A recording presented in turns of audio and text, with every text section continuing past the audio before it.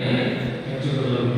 உங்களுக்கு வாழ்த்துக்களை சொல்வார்கள். இந்த விடுதியை விடுதலை பள்ளி உங்களுக்கு மகிழ்ச்சியை தர வேண்டும் என்று தொடர்ந்து உங்களுக்கு ஆலோசனை செய்வோம். ஓகேயா?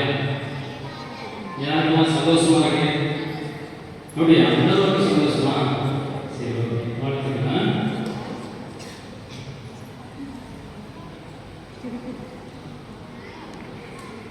முதலாவதாக வந்தோரை வரவேற்பது நம்ம தமிழர் இவ்வளவு ஆர்வத்தோடு